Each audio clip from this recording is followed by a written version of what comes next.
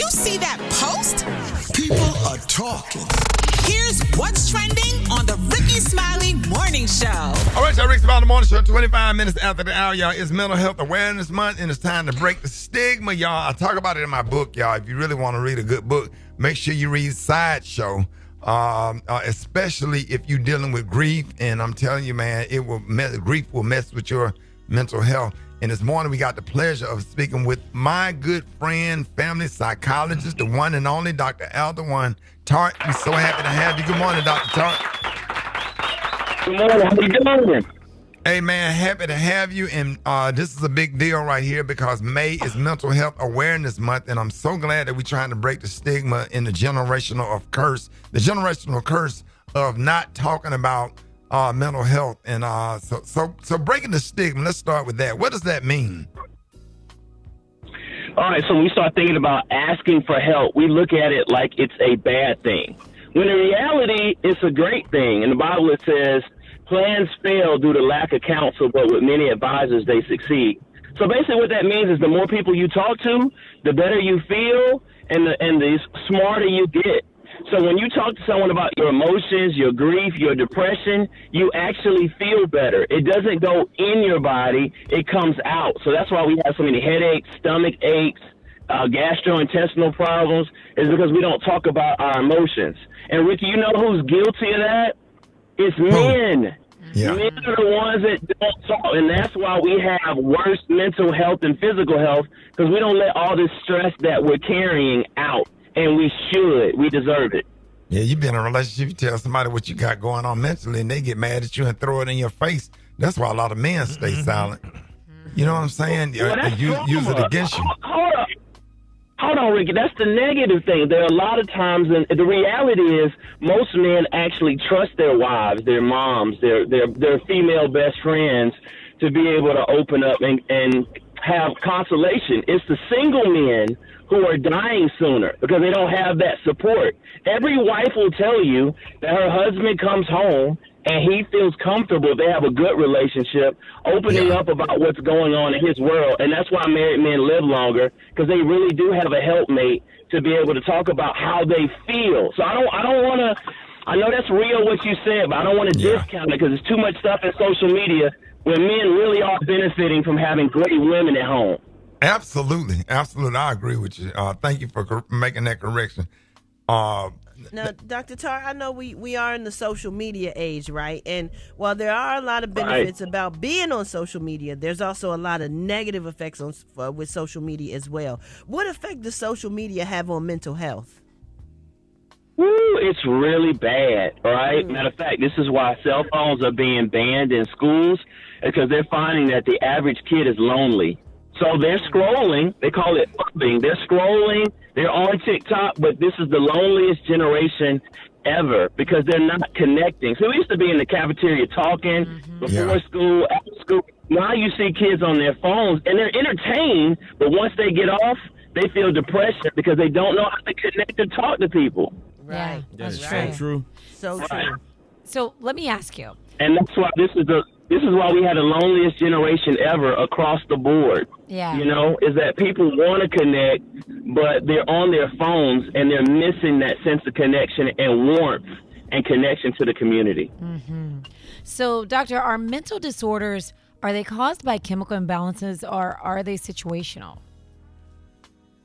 I mean, it's both. I mean, if you go through grief and you lose your mom or your brother, or your sister, or God forbid, a child, that's not necessarily a chemical imbalance. That's reactionary. Now, it can lead to chemical imbalances, but there are things that happen. Stress. I saw a study yesterday. 106,000 black women lost their jobs due to the decline in DEI in the current administration. That'll cause stress, but there are also things that we carry, like trauma, like anxiety, like depression, bipolar, that do run in families that can affect us. So it's both. Wow. So, Dr. Todd, how can you tell if a friend, a child, or a partner might be struggling with mental health issues? You know what? That's a great question. Gary, because a lot of times, especially men, they'll just say they're fine, all right? And women will often just keep going. So I wouldn't ask them if they're doing okay. That's really a bad question because we're just programmed to say, fine, great, blessed and highly favored. Instead, ask them, on a scale of 1 to 10, how happy are you with your life right now? And most people will say a 3, a 2, a 4, and then you can ask them why, and then they start opening up about what's going on in their life. So, Dr. Todd, I was always told, too, if a person asks you how you feeling, tell them fine, because if you tell them, girl, I'm not feeling well. Oh, girl, let me call you right back. They say because nobody want to hear anyway. So they say you might as well say you're fine and keep it moving. Yeah, but where does that stress go? So it goes into you, so you can't sleep. Now your stomach's hurting. Now you're irritable. Now you're agitated because you really don't feel well. But if you find a trusting person, and that's the key to therapy, that's the key to a loving community, there are other people that they'll be total strangers, Gary, that will sit down and have a conversation with you longer than your family about what you're going through. So we just have to lean into really good people because you'll feel better being able to talk about it. And Dr. Todd, can I ask you, can I throw one in there? Yes. What about when mostly a lot of black men who feel like it's almost like a weakness to admit that you're not feeling okay and that you do feel like you want to get some things off your chest or talk to somebody? I mean, well, especially that's stoicism. I mean, because that's how we were raised. Show no emotion, be strong, right? And there are times in which you need that. If you call me a name, I can't cry. Right? But if I'm going through grief or anxiety or my career's not going well, I need to be able to open up. So it's really that, I call it being agile. You have to have different tools. See, if you can't be vulnerable, you can't succeed in relationships. See, if you can't feel your own emotions, how are you going to feel your wife? How are you going to feel your daughter? You can't. And that's where a lot of men have, in trying to protect themselves, they've gone too far because they've been traumatized, like Rickey was saying when they were vulnerable, and Gary was saying when they're vulnerable. But when you find the right people to be vulnerable to, you can succeed in relationships because people can feel you. And when you feel me, I feel better because I don't feel alone anymore. I don't feel trapped. All right, y'all. We're going to be taking your calls up next. The one and only Dr. Aldewan Todd is on. We're talking about mental health this morning. Get out us 866-9-RICKEY, 866-9-RICKEY. All right, so Rick's About the Morning Show. We're still talking about it. It's Mental Health Awareness Month. Dr. Todd is here to break everything down. What does an overall mental health well-being look like to you? And what are some everyday practices that people can implement to support good mental health? And we're taking your phone calls right now. Get at us 866-9-RICKEY. Let's go to the phones. Good morning. Yes. Can you give any insight to borderline personality disorder, please?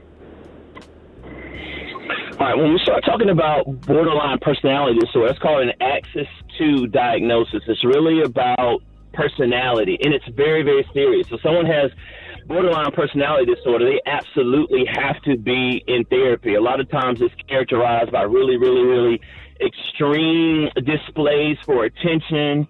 Sometimes they can be manipulative. It's a very, very, very serious condition. So if you know someone who has borderline personality disorder, we want to make sure that they're in therapy because that's not something that can be treated on its own. All right, you on with Dr. I'm sorry. Oh, Jesus. Dr. Tart, good morning. I want to know your take on ashwagandha and its use. A lot of people use it in place of traditional medicines, and I just want to know where you think it fits in the management of mental health. Right, so ashwagandha is something that has two, I'm laughing because the second thing you're going to laugh about, but it has two benefits. All right, one is to calm you down. It helps relax you. It helps you to feel less anxious. It is not a substitute for, medication, but it is a good supplement if you want to get deep sleep and you want to be less anxious, but it also increases your libido. So be careful with taking the ashwagandha because you might have some unexpected benefits that might be good for you and your partner. But a lot of people use it to calm down to get a good, deep sleep. Another one to recommend if you really want good sleep is magnesium glycinate, right? A lot of people just have difficulty slowing down their minds at night or the trauma of the day or just really busy minds. Take magnesium glycinate so that you can not only go to sleep, but fall asleep. But consult your primary care physician because it might interact with other medications that you're taking.